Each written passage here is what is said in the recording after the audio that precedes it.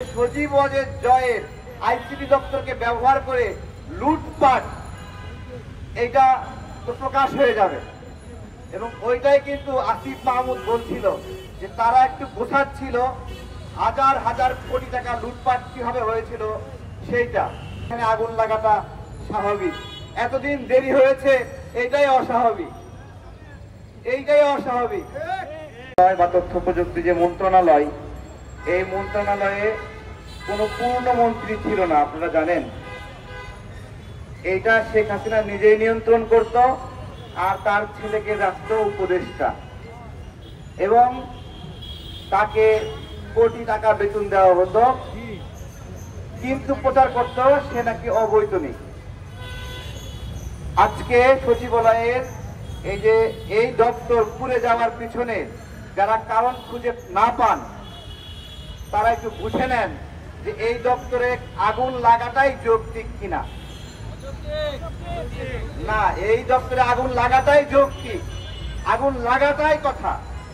আগুন যদি না লাগে তাহলে সজীব ওয়াজেদ জয়ের আইসিটি দপ্তরকে ব্যবহার করে লুটপাট এটা তো প্রকাশ হয়ে যাবে এবং ওইটাই কিন্তু আসিফ মাহমুদ বলছিল যে তারা একটু বোঝাচ্ছিল হাজার হাজার কোটি টাকা লুটপাট কিভাবে হয়েছিল সেইটা, এবং পুরোটা পুড়ে ছাই হয়ে গেছে, পুরোটা পুড়ে ছাই হয়ে গেছে। শেখ হাসিনা এখানে এই দপ্তরে এই মন্ত্রণালয়ে কত গুরুত্বপূর্ণ ডকুমেন্ট আছে তার কাছে এটা কোনো বিষয় না, তার কাছে এগুলো কিছু না, তার কাছে এগুলো যে কিছু না তার প্রমাণ হলো বাইতুল মোকাররমের সামনে আমি একটু আগে বলছিলাম সাপ ছাড়ে দিয়ে আন্দোলনকারী নাগরিকদেরকে সে হত্যা করেছিল, 17 জন আহত হয়েছিল, 2 জন মারা গিয়েছিল। সেই ঘটনায় আওয়ামী লীগ নেতারা গ্রেপ্তারও হয়েছিল। ঢাকা বিশ্ববিদ্যালয়ে ছাত্রদের মাঝে বোমা বিস্ফোরণ করেছিল। বাংলাদেশের রাজনীতিতে প্রথম বোমাবাজি শুরু করে শেখ হাসিনা ঢাকা বিশ্ববিদ্যালয়ে বোমা মারার মাধ্যমে। সুতরাং এই বিষয়গুলো আমাদেরকে বুঝতে হবে যে কেন এখানে আগুন লাগাটা স্বাভাবিক। এতদিন দেরি হয়েছে এইটাই অস্বাভাবিক, এইটাই অস্বাভাবিক।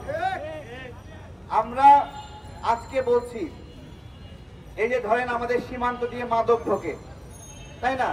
সীমান্তে যারা আছে তারা তো মাদকটা আটকালেই মাদক বন্ধ হয়ে যায়, তাই না? বন্ধ হয়ে যায় না?